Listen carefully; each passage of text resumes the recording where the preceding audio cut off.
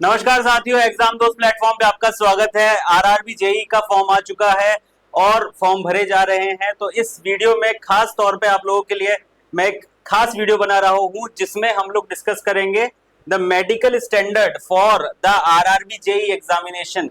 जी हाँ दोस्तों, बहुत ही इंपॉर्टेंट पॉइंट है ये, क्योंकि काफी स्टूडेंट्स की प्रॉब्लम रहती है कि यार क्या मेडिकल स्टैंडर्ड होंगे इस पूरे के पूरे एग्जामिनेशन में।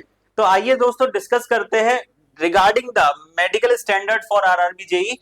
तो ये बिल्कुल सही बात है, पहले से ही जान लो ये जानकारी।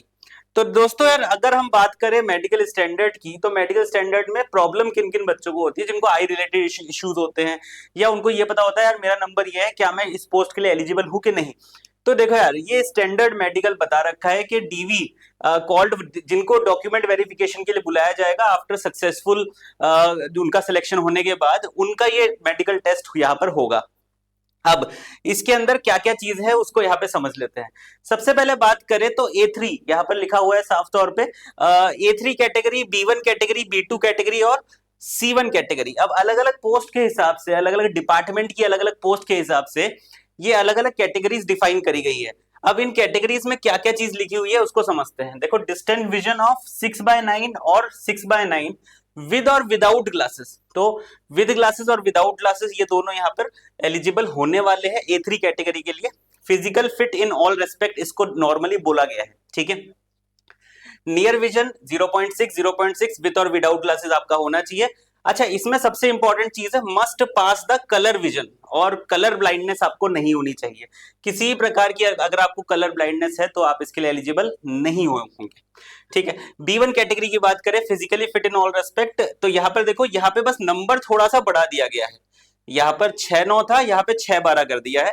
तो ये B1 कैटेगरी की पोस्ट के लिए ये रहेगा विद और विदाउट ग्लासेस के लिए। विद और without glasses, power of lenses should not exceed 4D। और ऊपर वाले में क्या था, power of lens should not exceed 2D। Yes और नो, क्लियर है।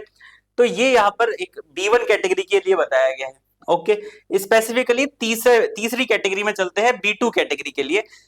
यहां पर भी सेम ही है काफी हद तक, बस यहां पर नीचे लिखा गया है must pass colour vision test, और यहां लिखा है मस्ट पास बाइनोकुलर विजन। तो B1 और B2 कैटेगरी में there is only one difference, क्योंकि यहाँ पे मस्ट पास कलर विजन आपको पास करने की जरूरत है, बाइनोकुलर विजन और ये सभी विजन टेस्ट आपको पास करने हैं। लेकिन यहाँ पर अगर B2 कैटेगरी के लिए अगर आपको सिलेक्ट होना है तो फिर आपको सिर्फ और सिर्फ बाइनोकुलर विजन टेस्ट में ही पास होने की आवश्यकता है। नेक्स्ट बात करें C1 कैटेगरी की। देखो, ये C1 कैटेगरी नंबर थोड़ा और बढ़ गया है, 6/18 6/18 और 6/10 विद और विदाउट ग्लासेस इसमें एलिजिबल रहने वाले हैं। यहां पर ये तीसरी कैटेगरी कोई सी भी नहीं दे रखी। तो आप लोगों को डिपार्टमेंट में जाकर देखना है नोटिफिकेशन में कि आपकी ये वाली पोस्ट कौन सी कैटेगरी के अंदर आ रही है, A3, B1, B2 या C1 कैटेगरी में। तो ये तो बात हो गई कि हमारे कंप्लीट इसके एनालिसिस की, और कौन कौन इसमें एलिजिबल होने वाले हैं, कौन कौन इसमें एलिजिबल नहीं होने वाले हैं। आगे एक और बहुत इंपॉर्टेंट पॉइंट है जो कि मैं आपको बताना चाहता हूं, उस पॉइंट के बारे में बात करते हैं। क्या है वो पॉइंट, देखो जरा। यहां पर साफ तौर पे लिखा गया है, नोट दिया गया है नोटिफिकेशन में। तो क्या नोट दिया गया है, देखो, the above medical standard indicative, ये इंडिकेटिव है, not exhaustive and apply to candidate in general for detail. अब सुनो मेरी बात, फॉर डिटेल आप लोगों से एडवाइस किया गया है चैप्टर 5 पढ़िए। कौन सा chapter 5? Indian railway medical manual का, IRMM का वॉल्यूम 1 का चैप्टर 5 आपको पढ़ना है। और अच्छा, अब इस चैप्टर 5 के बारे में थोड़ा सा 1-2 मिनट बाद में बात करेंगे। इंपॉर्टेंट चीज है एक और, कि हु हैव अंडरगोन लसिक सर्जरी, किसी प्रकार की सर्जरी कराई है, तो वो A3 स्टैंडर्ड में एलिजिबल नहीं होंगे, बाकी कैटेगरीज में एलिजिबल हो सकते हैं। अच्छा, एक्स सर्विसमैन की बात करी गई है यहाँ पे। इंपॉर्टेंट बात यहाँ पर क्या है, IRMM मैनुअल, ये क्या है भैया? इंडियन रेलवे मेडिकल मैनुअल, ये क्या है?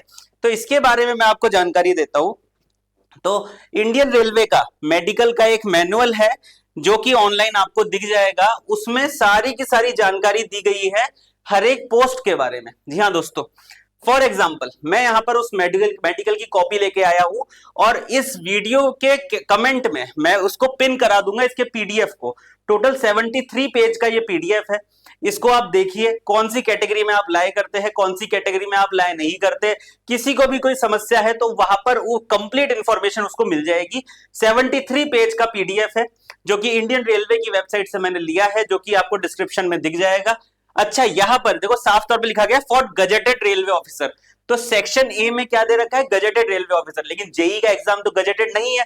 तो हमें क्या देखना है, पेज नंबर 71 पे जाना बेटा। वहां पे पेज नंबर 71 पे जाओगे आप तो वहां पे सेक्शन बी दिख जाएगा आपको, for non gazetted railway services. तो ये आपको पढ़ना है आरआरबी जेई के लिए।